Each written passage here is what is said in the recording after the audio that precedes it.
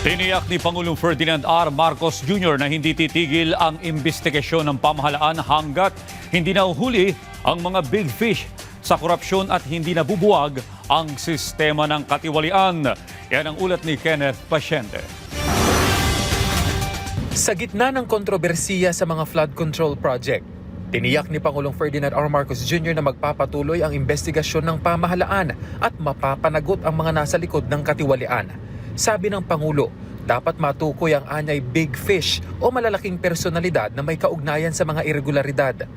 Until we solve the problem. Yung dapat natin pipilahan ng kaso, may ebidensya tayo na matibay, unang-una. Pangalawa, na kapag sila na out of action na, ay talagang magbabago. Dahil sila talaga nagpapatakbo. So, I suppose the description that sometimes we use, yung big fish talaga, yung talagang nagpapatakbo nitong sistema na ito. Yun. Pagtitiyak ng punong ehekutibo, kahit pa kongresista, gobernador o mayor ang dawit, walang makakalusot kahit pa kaalyado. Kasi pag hindi mo mabubuwag yung sistema yan, hanggat tinanggal mo yung mga player na yan. So tatanggalin natin yung mga player na yon at kahit sino man sila para maging maayos ang patakbo ng sistema. Kaugnay ng investigasyon ng Senado at Kamara, sinabi ng Pangulo na prerogatibo ng dalawang kapulungan ng Kongreso ang mag-imbestiga.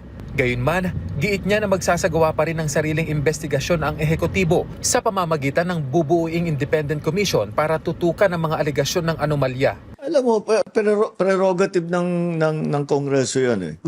Prerogative ng House of Representatives yan na mag-conduct sila ng investigasyon.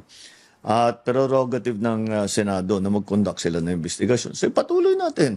At kahit papano, pagka may masusing investigasyon, kahit papano meron tayong makukuha din dyan. So baka makatulong din.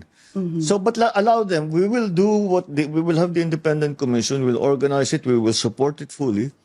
And all the other organs of government will I'm sure play their part in finding the truth to all of these anomalies. Tuloy din anya ang mga flood control project.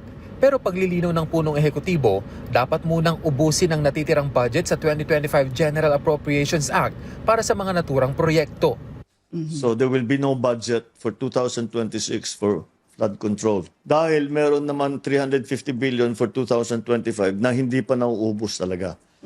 So tuloy-tuloy pa yung trabaho. Hindi naman ibig sabihin titigil natin yung flood control project, mga flood control project. Ibig sabihin titiyakin na ngayon natin na ang paggastos tama, ang pag-implement tama, maayos ang design. Sa issue naman ng panukala ng ilang kongresista na ibalik ang 2026 National Expenditure Program o NEP, giit ng presidente. No, it's not a possibility.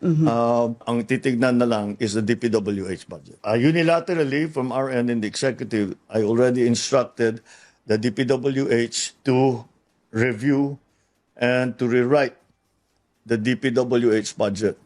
So we have a commitment to Congress that the rewritten DPWH budget will be submitted to them.